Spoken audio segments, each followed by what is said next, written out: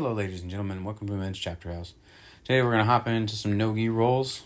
We're going to start on the ground this time, and then here you're going to see I'm going to scoot in. He's going to beat my hip/knee defense here. Instead of going into Z-guard, we go straight into half, basically. And here from this half position, I start to try to own his leg, and then I get on top of his hips, and then I land on top, right? And then I try to keep a little bit of hip tension here, so it has a harder time coming back up. However, he's in no danger of any kind of submission, and you're going to see he's going to gain that top position really fast because of right here. And then he has top position, and then I'm going to get top position by driving my hips up higher and my head higher, and then he's going to end up at close guard. I think he's going to use this close guard initially. Oh no, this is the part where we get distracted by an exercise that's happening. Silly thing, they're doing triage treatment of people who have been fake shot, right?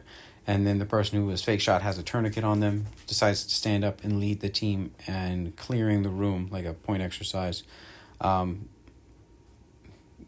individual was supposed to take like 2 AK shots, etc., to the leg or etc., and then they just get up and act like nothing's happened. But that's beside the point. Here he goes to a bracer lock. Ends up almost in a Kimura. I just slide it out because my shoulder line's not controlled, therefore my elbow isn't under control.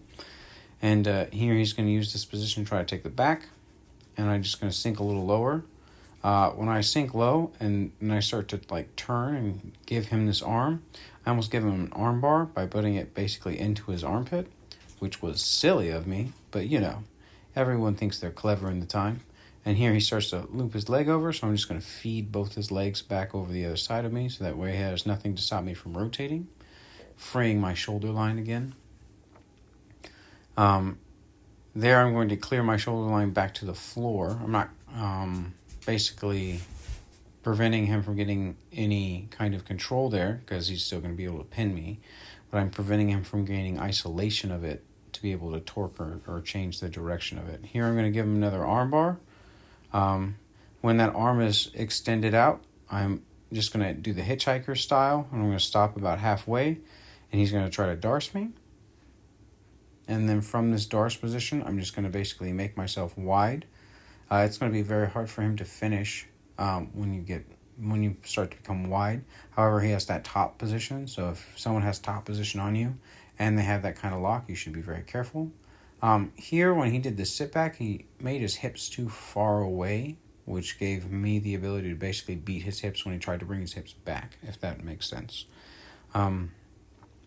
Sitting that far away works for like different positions, but like when it's an open position and you don't have that much control, sitting away that far basically allows someone to take the space when you're coming back in. But here he has me in another omoplata style, and then I'm still like almost in an arm bar setup, and my arm's going to come free, and he's going to try to lock up a triangle position, as you should see right about here. Yep, because I'm silly, and I was like, I'll just take this out. These aren't necessary. And here I start to try to isolate my arm, going back into an omoplata, but instead of allowing him to basically gain top pressure on me, I'm just going to make top pressure on him, and I'm just going to slide my hand out because my shoulder line's free, but my back hurt in that position, so I had to rotate out of that pretty fast because my back was not having that. And here we're going to end up in a like half Nelson position, and I don't want him to progress super far in this half Nelson position, so I'm basically going to tie up his body with my hand and my leg in almost like a buggy choke position, but there's literally no choke. It's like a body lock style. I don't recommend just body locking someone and just holding them. That is typically not something that's advantageous. However, one, we're talking about someone in our group who always likes to buggy choke people, and two, we're really just kind of like chatting at this point, and he could drive this and finish it. As you see, he's like putting a little bit more pressure. I'm going to basically let it go and then change the angle a little bit.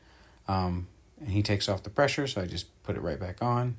Not that it's effective, but that's where we were, you know. And here, that's really just the end of the roll. So, that being said, I hope you guys enjoyed, and you learn something. Here we're just dissecting stuff about buggy chokes and stuff like that, and how he just stays up now because people keep trying to throw them on him. And I defend them a little differently by pressing on people's throats or making myself wide, using their face positioning, because they go for those buggy chokes however they go for them.